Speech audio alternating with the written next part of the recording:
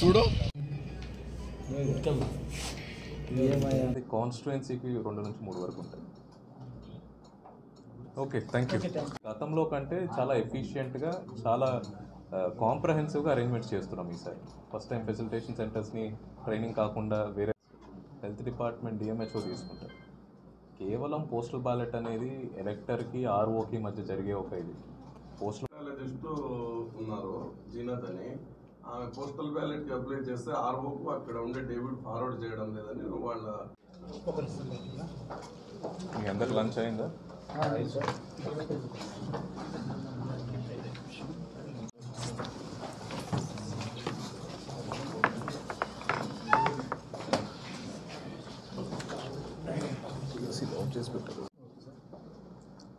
Start. అందరికీ నమస్కారం. మీ అందరికీ తెలుసు, ఈరోజు మనకు అసెంబ్లీకి మరియు పార్లమెంట్కి 2024 గాను ఎన్నికల నోటిఫికేషన్ విడుదలవడం జరిగింది. డేట్స్ చూస్తే ఈరోజు 18వ తేదీ మనకు నోటిఫికేషన్ రావడం జరిగింది. మనకు already model code of conduct schedule announce చేసిన రోజు నుంచి అది మనకు పోస్ట్లో ఉంది. మోడల్ కోడ్ ఆఫ్ కండక్ట్ని ఎఫిషియెంట్గా మన జిల్లాలో మనం ఇంప్లిమెంట్ చేస్తున్నాము. ఎక్కడన్నా వైలేషన్స్ ఉంటే వాటి మీద యాక్షన్ కూడా తీసుకోవడం జరిగింది. అలాగే ఎన్సీసీకి సంబంధించి కంప్లైంట్స్ని కూడా మనం చాలా రకాల సోర్సెస్ నుంచి తీసుకోవడం, వాటి మీద యాక్ట్ చేయడం కంటిన్యూస్గా జరుగుతుంది. దీనికోసం మొత్తం ఎలక్షన్స్ అన్ని కార్యక్రమాల కోసం వాటిని మానిటర్ చేయడం కోసం ఎఫిషియెంట్గా చేయడం కోసం మనం కలెక్టరేట్ స్థాయిలో ఒక ఇంటిగ్రేటెడ్ కంట్రోల్ రూమ్ని కూడా ఏర్పాటు చేసుకోవడం జరిగింది.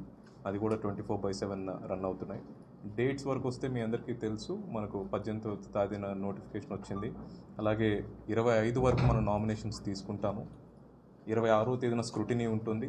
అలాగే 29 వరకు విత్డ్రాల్స్ తీసుకుంటాము. అండ్ 29న మనకు ప్రతి కాన్స్టిట్యుయెన్సీకి మనకు ఎంతమంది క్యాండిడేట్స్ ఉంటారు అనేది మనకు తెలియడం జరుగుతుంది.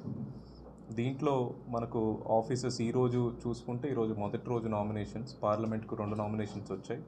అలాగే అసెంబ్లీ కూడా కొన్ని నామినేషన్స్ కొన్ని కాన్స్టిట్యుయెన్సీలో రావడం జరిగింది. మనకు రాజంపేట అసెంబ్లీకి గాను ఒక 2 నామినేషన్స్, అలాగే మదనపల్లి అసెంబ్లీకి 1, పీలేరుకు 4 నామినేషన్స్, కోడూరుకు 1 నామినేషన్, తంబాలపల్లి కాన్స్టిట్యుయెన్సీలో 1 నామినేషన్ రావడం జరిగింది. అలాగే ఆఫీసర్స్ డీటెయిల్స్ చూసుకుంటే, మనకు పార్లమెంట్ నామినేషన్స్ అన్నిటినీ జిల్లా కలెక్టరేట్లో ఆర్ఓ చేంబర్లో తీసుకోవడం జరుగుతుంది. అలాగే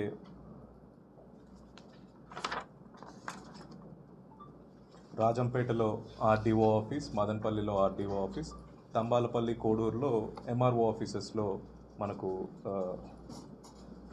ఆర్ఓ ఆఫీసెస్ని ఏర్పాటు చేసుకోవడం జరిగింది. అక్కడ నామినేషన్స్ పొద్దున 11 నుంచి మధ్యాహ్నం 3 గంటల వరకు తీసుకుంటాం.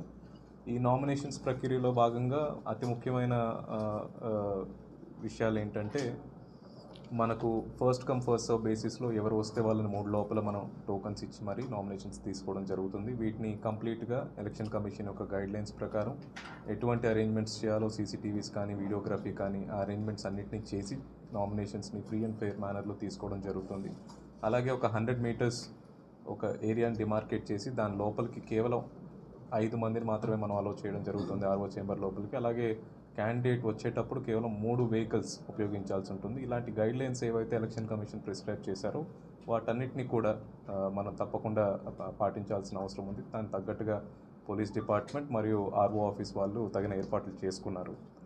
అలాగే ఇన్ జనరల్ ఎలక్షన్స్ గురించి చూస్తే, మనకు ఒక 2 ఆక్సిలరీ పోలింగ్ స్టేషన్స్ కూడా అప్రూవ్ అయ్యాయి ఎలక్షన్ కమిషన్ నుంచి. మొత్తం మనకి ఇప్పుడు పోలింగ్ స్టేషన్స్ 1609 6 కాన్స్టిట్యుయెన్సీలకు కాను. అలాగే ఇప్పటి వరకు ఓటర్ల సంఖ్య చూసుకుంటే 14,21,196 మంది. సో దీంట్లో మనం అన్ని పోలింగ్ స్టేషన్లో మనం మే 13వ తేదీన పోలింగ్ చేసుకోవడానికి అన్ని రకాల ఏర్పాట్లు చేసుకున్నాము.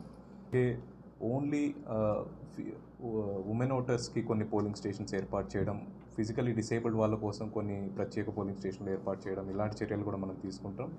ముందు వాటి డీటెయిల్స్ కూడా మీకు చాలా క్లియర్గా ఇస్తాం. మీకు ఈవీఎం మనకు ఏవైతే ఓటింగ్ మెషిన్స్ ఉన్నాయో వాటన్నిటిని ఫస్ట్ ర్యాండమైజేషన్ చేసి మనం ఆల్రెడీ కాన్స్టిట్యుయెన్సీస్కి పంపించడం జరిగింది. అక్కడ స్ట్రాంగ్ రూమ్స్ ఏర్పాటు చేసి వాటన్నిటిని భద్రపరిచారు.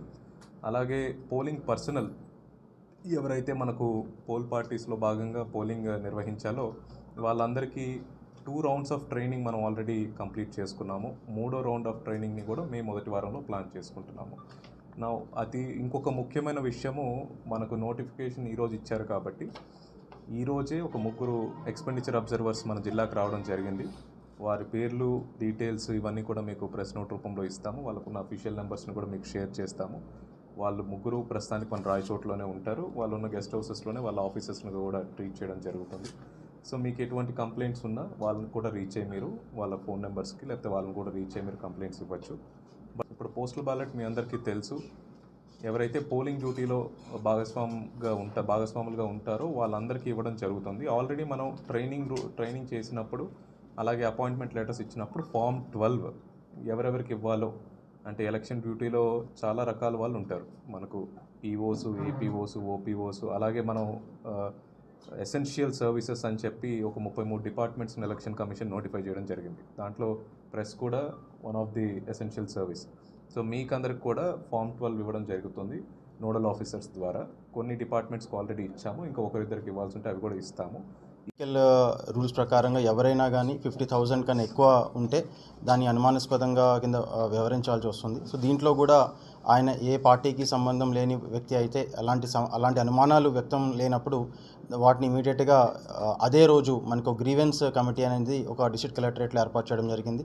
సో విదిన్ 24 అవర్స్ వాళ్ళు కానీ వాళ్ళకున్న వాటెవర్ ప్రూఫ్స్ కానీ అవి కానీ చూపించిన వెంటనే ఇమీడియట్లీ విదిన్ 24 అవర్స్ అది వాళ్ళకి ఇవ్వడం జరుగుతూ ఉంది. సుమారు మనకైన సీజర్స్లో అప్రాక్సిమేట్లీ ఒక 50 వరకు ఇలా రిలీజ్ చేయడం జరిగింది. మనకు 65 పైగా సీజర్స్ అయ్యాయి ఇప్పటి వరకు. అంటే 50,000 పైన 10 లక్షల కింద ఉన్న సీజర్స్ మనకు సుమారు 65 పైగా అయ్యాయి. ఎగ్జాక్ట్ నెంబర్స్ మీకు ప్రెస్ నోట్లో ఇస్తారు. 50 వరకు రిలీజెస్ అయ్యాయి. ఇప్పుడు దీనికి కూడా ఒక standard operating procedure commission CEO office prescribe చేయడం జరిగింది. ఒకవేళ ఒక సీజర్ చేసినట్లయితే ఇమీడియట్గా వాళ్ళకు నోటీస్, అక్కడికి ఆన్ ద స్పాట్ నోటీస్ ఇవ్వడం జరుగుతుంది. ఆ నోటీస్లోనే గ్రీవెన్స్ రిట్రసల్ కమిటీ మెంబర్స్, జిల్లా గ్రీవెన్స్ రిట్రసల్ కమిటీ మెంబర్స్ యొక్క ఫోన్ నెంబర్స్ ఇవన్నీ ఇవ్వడం జరుగుతుంది. మనకు డిప్యూటీ సిఇఓ చైర్మన్గా ఉన్నారు, డిస్ట్రిక్ట్ ఆడిట్ ఆఫీసర్ ఉన్నారు, ఇంకొక కూడా మెంబర్గా ఉంటారు. అలా 50 రిలీజెస్ వరకు ఆల్రెడీ చేశాం.